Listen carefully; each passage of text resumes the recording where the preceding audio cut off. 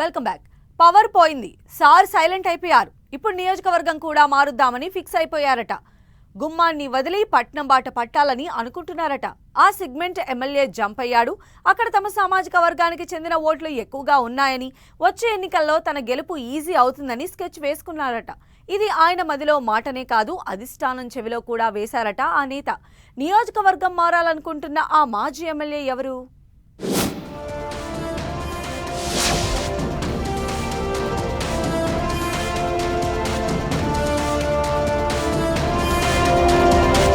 ఆ సెగ్మెంట్ పై మాజీ మంత్రి కన్ను. మనసులోని మాటను పార్టీ పెద్దల చెవిలో వేసిన నేత. ఆ నియోజకవర్గం అయితే అన్నీ కలిసి వస్తాయని స్కెచ్. సౌమ్యుడిగా పేరుంది, ప్రజా సేవలోనూ ముందుంటారు. అనుకోని పరిస్థితుల్లో ఎమ్మెల్యేగా ఓడిపోయారు ఆ మాజీ మంత్రి. పార్టీకి పవర్ చేజారిపోవడంతో కాస్త సైలెంట్ అయ్యారు. ఇప్పుడు తన సీటును వదిలి మరో సెగ్మెంట్కు వెళ్లాలని అనుకుంటున్నారట. ఆయన ఎవరో కాదు, మాజీ మంత్రి పువ్వాడ అజయ్. ఖమ్మం ఎమ్మెల్యేగా, రాష్ట్ర మంత్రిగా పనిచేసిన పువ్వాడ అజయ్ గత ఎన్నికల్లో ఓడిపోయారు. ఇప్పుడు శేరిలింగంపల్లి నియోజకవర్గం మీద ఆయనకు నజర్ పడినట్లు తెలుస్తోంది. శేరిలింగంపల్లి బీఆర్ఎస్ ఎమ్మెల్యేగా ఉన్న అరికపూడి గాంధీ పార్టీ మారడంతో అదే సామాజిక వర్గానికి చెందిన పువ్వాడ అజయ్ శేరిలింగంపల్లిపై ఫోకస్ పెట్టినట్లు గులాబీ పార్టీలో చర్చ జరుగుతోంది. ఈ మాజీ మంత్రి పార్టీ పెద్దలకు తన మనసులోని మాట చెప్పేశారని కూడా టాక్ వినిపిస్తోంది.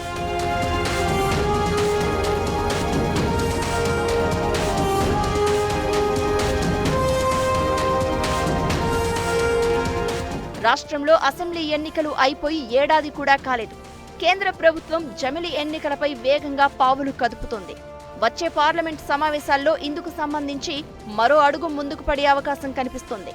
జనాభా లెక్కలు, కుల గణన, నియోజకవర్గాల పునర్విభజన, మహిళా రిజర్వేషన్ వంటి ఎన్నో అంశాలు సాధారణ ఎన్నికలతో ముడిపడి ఉన్నాయి.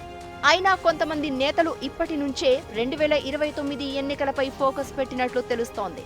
ఈ జాబితాలో ప్రతిపక్ష పార్టీకి చెందిన పువ్వాడ అజయ్ ఖమ్మం జిల్లా రాజకీయాలను కాదనుకుని ఇక గ్రేటర్లో తన రాజకీయ ప్రస్థానం మొదలు పెట్టాలని డిసైడ్ అయినట్లు తెలుస్తోంది.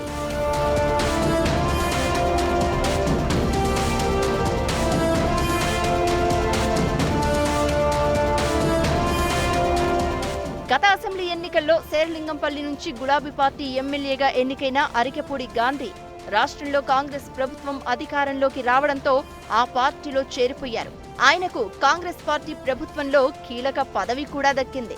దాంతో శేరిలింగంపల్లి నియోజకవర్గ ఇన్ఛార్జి ఎంపికపై గులాబీ పార్టీ కసరత్తు కూడా మొదలు పెట్టలేదు. ఈ సెగ్మెంట్ కు చెందిన కీలక నేతలు అసెంబ్లీ ఎన్నికలకు ముందు కొంతమంది, ఆ తర్వాత మరికొంతమంది కారు దిగి కాంగ్రెస్ లో చేరిపోయారు. గులాబీ పార్టీకి ఈ నియోజకవర్గంలో అరికపూడి గాంధీకి ధీటుగా నాయకత్వం వహించే నేత కనిపించడం లేదన్న చర్చ ఉంది. దీన్ని పసిగట్టిన పువ్వాడ తాను అదే సామాజిక వర్గానికి చెందిన నేతను కావడంతో ఇప్పటి నుంచే నియోజకవర్గంపై ఫోకస్ పెట్టాలని నిర్ణయం తీసుకున్నారట. శేరిలింగంపల్లి నియోజకవర్గంలో గత అసెంబ్లీ ఎన్నికల ఓటర్ల జాబితా ప్రకారం 1,00,000కు పైగా ఓటర్లు కమ్మ సామాజిక వర్గానికి చెందినవారే ఉన్నారు.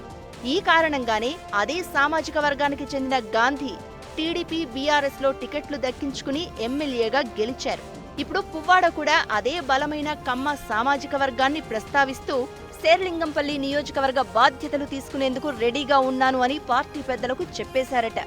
గ్రేటర్ హైదరాబాద్ పరిధిలో తన విద్యా సంస్థలు కూడా మొదలు పెట్టడంతో ఇక్కడ కలిసి వస్తుందనే అంచనాతో ఉన్నారట ఆ మాజీ మంత్రి.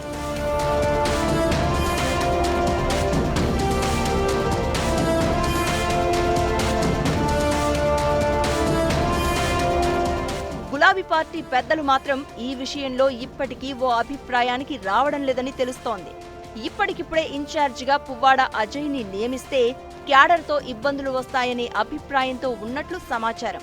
అయితే మాజీ మంత్రి ఆశలు నెరవేరుతాయా లేదా అన్నది మాత్రం నియోజకవర్గ నేతల్లో తీవ్ర చర్చకు దారితీస్తోంది.